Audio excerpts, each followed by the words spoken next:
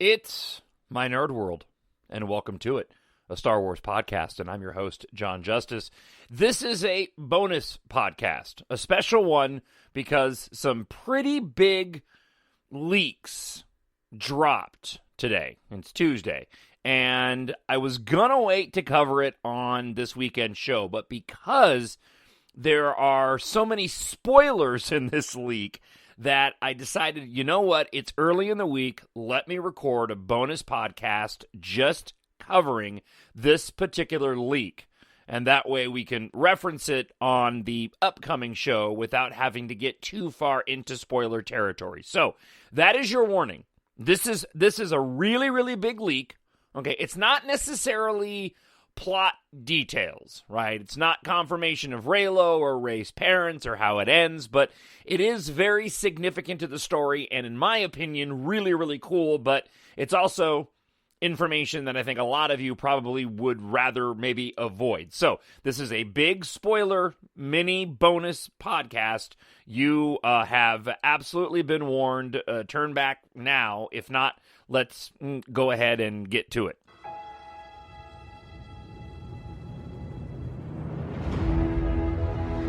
Nothing will stand in our way. I find your lack of faith disturbing.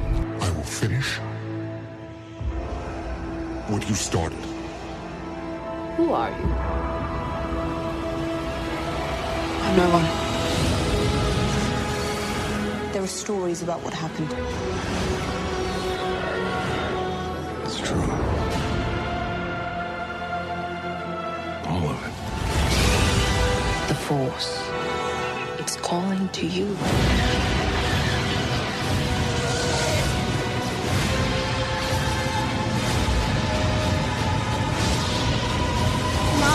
Nerd Road. Just let it in.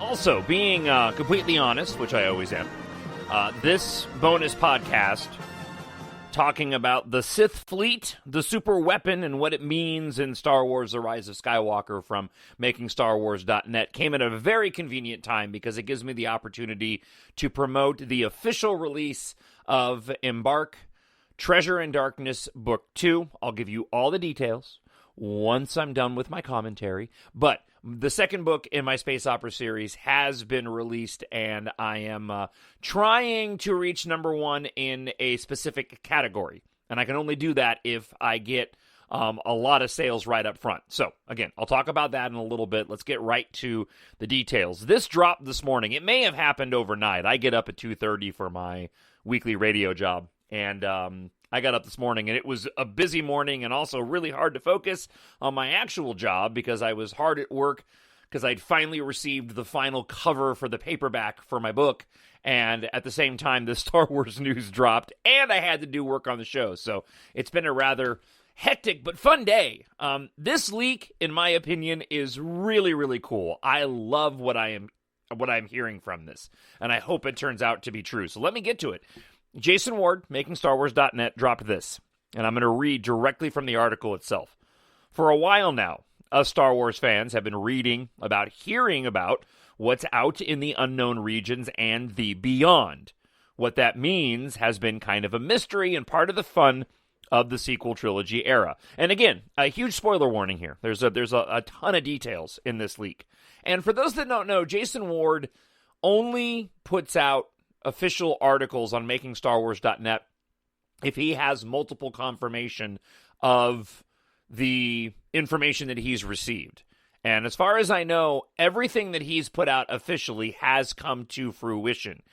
Anything that has not been confirmed, he will say up front, this hasn't been confirmed, and usually doesn't do a write-up on it. So this leak can absolutely be trusted.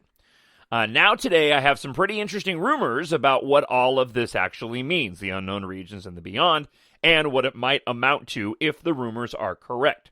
I should say that many of the things in this article have been corroborated by other tidbits in the past, both public and private. I think a lot of these facts are now all coming together. The Sith troopers have been hidden away in the unknown regions. It is apparently hellish in those areas. The universe is not entirely stable. The area is dangerous and full of peril. Since Emperor Palpatine's death, the fleet has been dodging gravity wells and surviving in the wilderness of space in the unknown regions, waiting to be found and finish their mission. This is not in the story, speculation on my part. I'm still saying these are clones. I am, especially with this leak, I'm getting more and more convinced that these are clones. I think that this army, this Sith stormtrooper army that has been a part of the Empire and been out in the unknown regions, I think that they were born and bred as Sith stormtrooper clones. That's just my opinion. It's not in the article. I'm just throwing that out there. The visual correlation between the Revenge of the Sith clones and these Sith troopers are just too close together. So anyways, okay. So Sith troopers have been hiding away. They've been in the unknown regions. It's very unstable.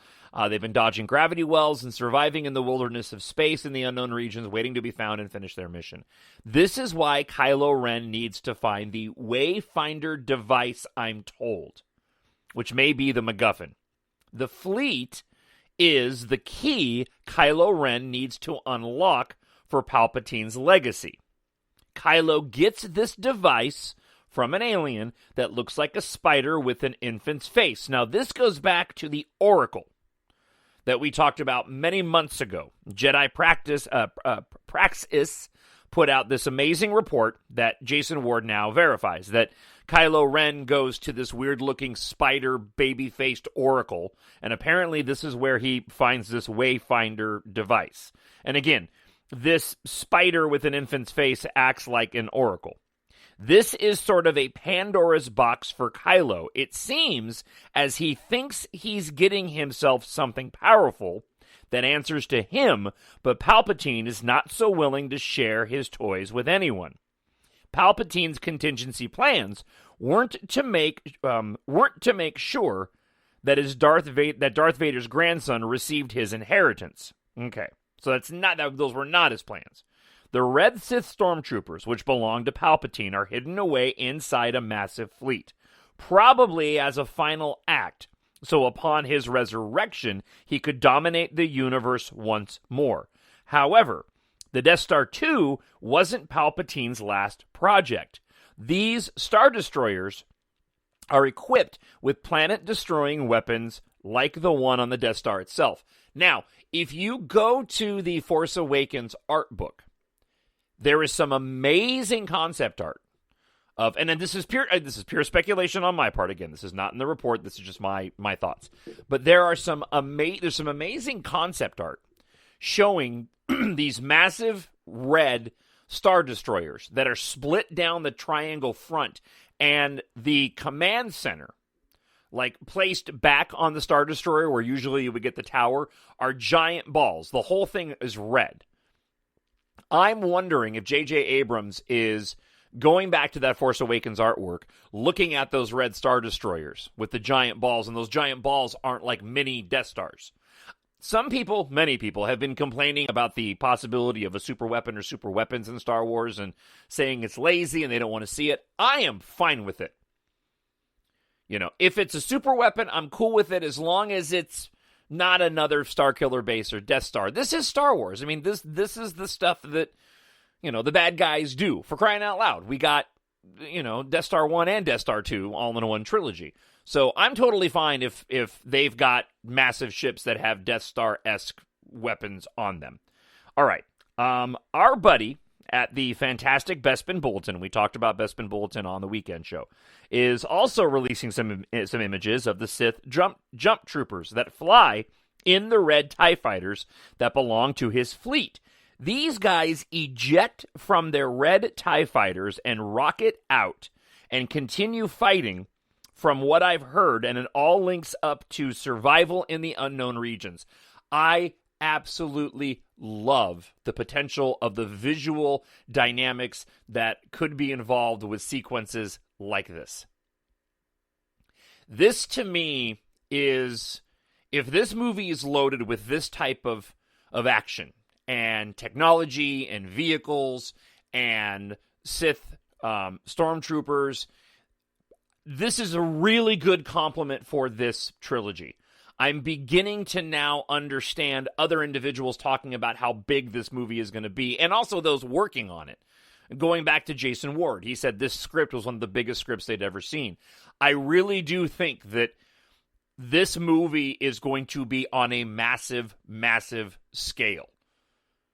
And I really hope that it is. And I've got an interesting take that I'll wrap up this conversation with about what this movie could potentially do for The Last Jedi in and of itself. That'll even, in my opinion, make The Last Jedi more unique and significant than it even is for those of us that love that movie. All right, back to Jason Ward's comments here. These guys are not cowards with armor like our heroes are used to dealing with. I was told a few shots from the Clone Wars regarding Mando rocket pack stuff was pretty much reworked for some of this movie, and it's supposedly fantastic. The Clone Wars rocket pack stuff was fantastic, by the way. And that little shot that we get in the Rise of Skywalker trailer of the two First Order troopers flying through the dust cloud, chasing after Poe Dameron on that, and Finn and C-3PO on that skiff. It's just, I mean, that shot itself is just awesome. Let's see. You can head on over to Bespin Bulletin for his sketches of the troopers when they post in a short while, and he's, of course, have posted those up since then. The questions I'm left with are the designs and how the fleet survived and procreated 30-plus years later. Are they clones? How did they get their modern armor that matches the First Order designs? It seems like all of this fleet business is how we get Palpatine back. My assumption is that Kylo doesn't appreciate the fleet belonging to him, but it's also how he learns the bigger plot to find Emperor Palpatine. Doesn't appreciate that the fleet doesn't belong to him, but it's also how he learns part of a bigger plot to find Emperor Palpatine. My assumption is Snoke told Kylo about the fleet and withheld the reason they were looking for it, or didn't know either. Is Allegiant General Pride Richard E. Grant, the First Order guy, or is he a Sith fleet guy? When the Sith fleet returns and unlocks the secrets about Palpatine, is this how we learn Rey's connection to Palpatine's plans? Hopefully more will be revealed soon. Keep checking back for updates. We'll be sure to include Bespin Bulletin's post when they release their Jump Trooper art. Keep checking back for more updates. We have a lot of really cool information lined up, and as soon as I can verify it, we'll share it. I really do love this idea. And it sets up a couple of different really unique scenarios. You know, what if the Knights of Ren come back with this? They found this Sith fleet, and they bring it back with them. And suddenly now, and I theorized this a long time ago. I mean, this was, man, right after The Last Jedi, or even before The Last Jedi, moving into 9. What if Kylo Ren assumes the position of Supreme Commander only to be usurped by somebody else? I never thought for a second it would end up being Palpatine. But if the other rumors are true, and again, we're in this very spoilery territory, and that Palpatine ends up possessing bodies, that's how he ends up coming back. This could certainly be a catalyst for that. With the Sith troopers returning, the Knights of Ren know this. They know they need a host. Maybe they use Matt Smith, and that's how we get the return of Palpatine, which may end up concluding with that end battle with Kylo Ren because of the fact that he sees what is happening and that he's not in control. And perhaps he can't be a benevolent, oppressive leader, right? Maybe this is the thing that ends up getting him to join Rey. Somebody on Reddit made a really, really good point in saying, what if the movie opened with this? It would mirror the Return of the Jedi very well, where you have suddenly in the opening crawl, the Knights of Ren have been in the unknown regions and they've discovered the former Empire fleet that's been stuck in the unknown regions for the past 30 years. And the movie opens up with them arriving to Kylo Ren. And immediately at the start of the movie, Kylo Ren begins to realize that this is bad news for what he wants to do, for the galaxy as well. He goes to face off against Rey. They do their Force flash fight. In the middle of that, he is given some revelations. Somebody made a comment and a mention of the possibility of Luke returning to speak to Kylo Ren and maybe bringing a vision of his father Han with him that helps turn him to join Rey as they battle the ultimate evil. And you go back to what... All this has me so excited, can you tell? You go back to the celebration you go back to Celebration in Chicago, prior to Palpatine coming out on stage, right? Ian McDiarmid. Prior to them showing the trailer, during the Q&A session and the Episode 9 Rise of Skywalker panel, J.J. Abrams said, and I remember this because we didn't have the information yet, J.J. Abrams said, what if our heroes, or what if our cast, right, our characters in this film, what would they have to do when facing the ultimate evil? And I remember during the panel going, the ultimate evil? Who in the heck is the ultimate evil? Well, we ended up finding out it was Palpatine. And if that's the case, what if that also includes Kylo Ren? Somebody posted up a really good GIF file, and it's talked about this shot a lot from Celebration. It wasn't released on everything. Somebody screen grabbed it, but it was Rey, Finn, and Poe with C-3PO close to where the camera is. Rey's got her saber ignited. They're in what looks like a desert cave, right? It looks very much like Pisana from the beginning of the trailer. And they did a loop, a GIF of the little shot. And you could see Poe's face look up, and he looks frustrated. He looks just not uncomfortable. And Rey is standing there with her lightsaber ignited. And in C-3PO's helmet, you could see a red reflection. And many people have pointed out, and I've thought the same thing, that there's no reason for Rey to be having a meeting and having her lightsaber drawn unless they're there with Kylo Ren, and they don't necessarily trust him. And so they're just basically, an enemy of my enemy is my friend kind of thing. And I think I'm getting that right. I just love the possibility of this and how big on how big of a scale this movie can end up being, and also for the fact that while we focus so much, and I'm certainly going to be doing this weekend on the show, but we focus so much obviously on Reylo and the core story, the A story plot, what's going to happen, what's the resolve going to be between Kylo Ren and Rey, and the redemption of Ben Solo. I am almost as equally as excited to see the action elements and the space battle elements, because I really do feel that J.J. Abrams, because why wouldn't he, is going to go out with the biggest space battle we've probably ever seen.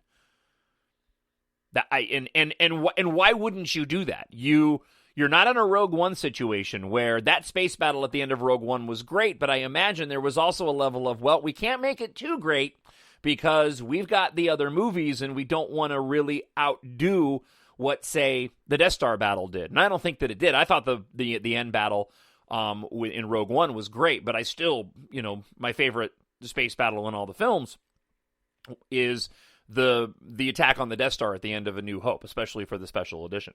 So I am super excited to see what these guys have cooked up for the action plot elements of this movie. One last point, and then I'll wrap it up. And again, I'm just keeping it short, and I'm glad you downloaded and listened to this bonus podcast. And I have a favor to ask of you in just a moment.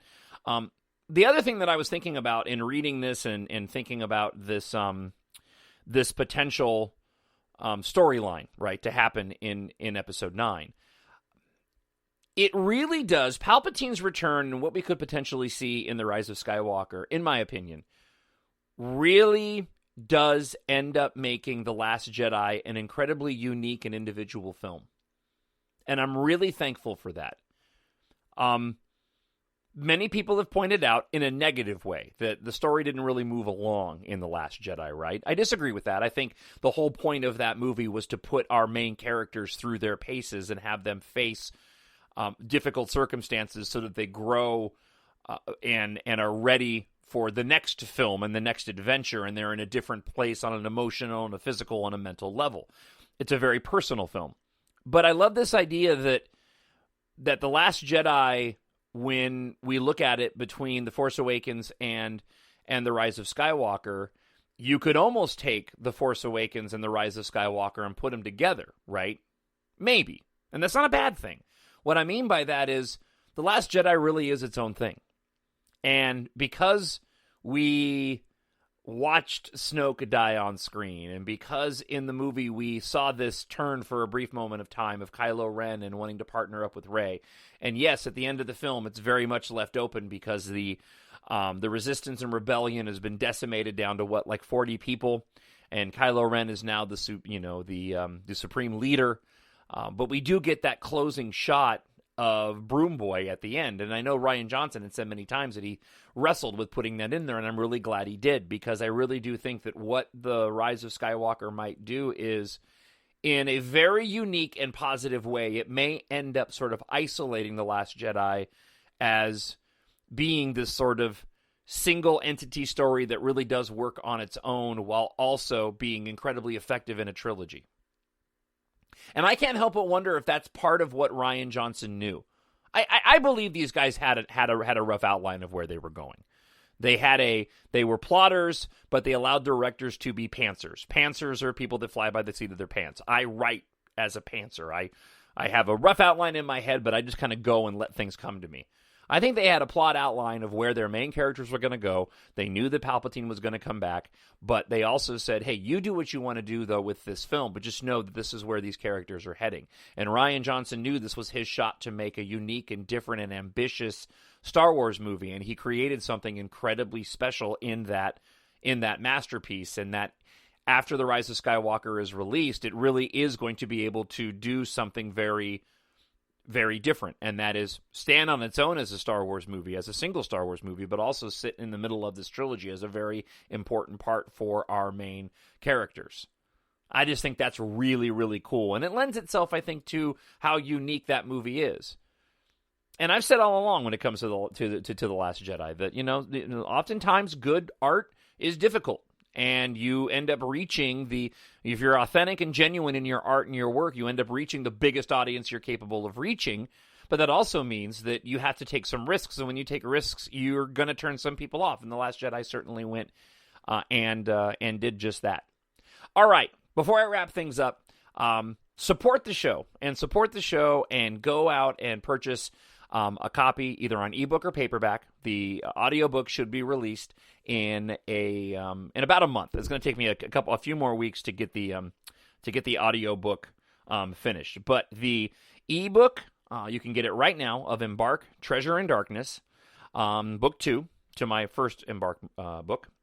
You can get it in paperback for $13.99 and an ebook right now for $2.99. It just released today. I've also discounted EMBARK, 99 cents for the ebook and $11.99 for the paperback. Help support the show and go pick yourself up a copy, or for a friend on the Amazon page, you can click a little link and you can gift it to a friend. And how fantastic would it be to send a friend or buy for yourself, 2 books in a space opera series written by a massive Star Wars fan, for yourself or for somebody else, and you can do that for less than, right around $5, right? How cool would that be? Here's the description for EMBARK, Treasure in Darkness. It's kind of a spoiler for the first book, but I'm going to assume that if you wanted to buy the first book, EMBARK, you already have. If you haven't purchased it yet, you're not going to be spoiled too much. A lot of what is revealed in the book description for Treasure in Darkness is also revealed in the book description for EMBARK as well. But here's the basic plot line and what is on the back cover of EMBARK Book 2, Treasure in Darkness. Earth is nothing but a memory. 6 years have passed since an industrial catastrophe forced a planet-wide evacuation. Taft Guardia, Keith Amaro, and the young Ultra Raiders launched a crushing assault on Mars against the military might of D-Corp and the evil Sin Argum, saving millions fleeing to the stars. Most of Earth's survivors have settled on Zima and the surrounding planets orbiting the dwarf star Proxima Centauri. No one has seen or heard anything from the inhabitants of the Red Planet since. The first search and salvage mission at a space graveyard near Saturn, led by Torian, is unexpectedly attacked. Is this the ruthless Sin Argum and D-Corp returning, or a new enemy emerging? Taft, Keitha, and their friends must now unravel the mystery and protect their home on Zima before it's too late. Secrets will be revealed in EMBARK, Treasure in Darkness, Book 2, a brand new series by John Justice. Book 3 should be out by the end of the year. I'm aggressively writing it right now, and I'm about halfway through. But again, support the show and go out and pick up a copy today. I'm trying to hit number 1 in the science fiction space opera category, and it shouldn't be too difficult to do that, but I want to hit number 1 so that I'm able to promote the best-selling, the number 1 selling space opera science fiction series. This is something that I really want to continue doing along with my podcasting and my job, and I'm hoping for a ton of success with this book. But that's only going to happen if you guys can go and help me out. So if you can go to Amazon right now and pick up a copy of the paperback or the ebook, just search for EMBARK Book 2 or EMBARK John J.O.N. Justice. I really, really would appreciate it. And if you've done that already and purchased the first book, thank you very much for doing that. And if you have read the first book and let's just say you thought it was okay, you finished it, I guarantee if you got through the entire first book and you were like, that was all right, you will like Treasure in Darkness. If you liked EMBARK, you'll definitely like Treasure in Darkness. All right, I've plugged in enough. Selling books is hard. Go pick up a copy. I really would appreciate it. And I'll be back this weekend for the full My Nerd World, a Star Wars podcast. Until then, here is Obi-Wan Kenobi to take you out and enjoy the rest of your week. Bye. The Force will be with you, always. My Nerd World.